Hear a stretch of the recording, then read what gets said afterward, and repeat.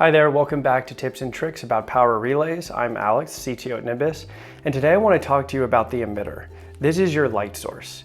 It uses LEDs to project a powerful collimated beam of light across 15 feet, which is then absorbed by a receiver to produce power at a distance. The emitter is pretty simple.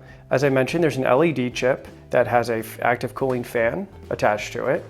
And in front of the LED chip is a small lens which collects all the light being emitted at a 120-degree angle.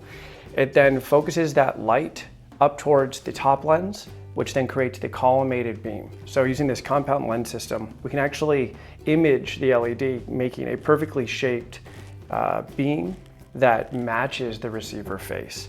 And this is important for efficiency. You don't want the beam to overshoot the receiver, and you don't want any of the light lost along the way.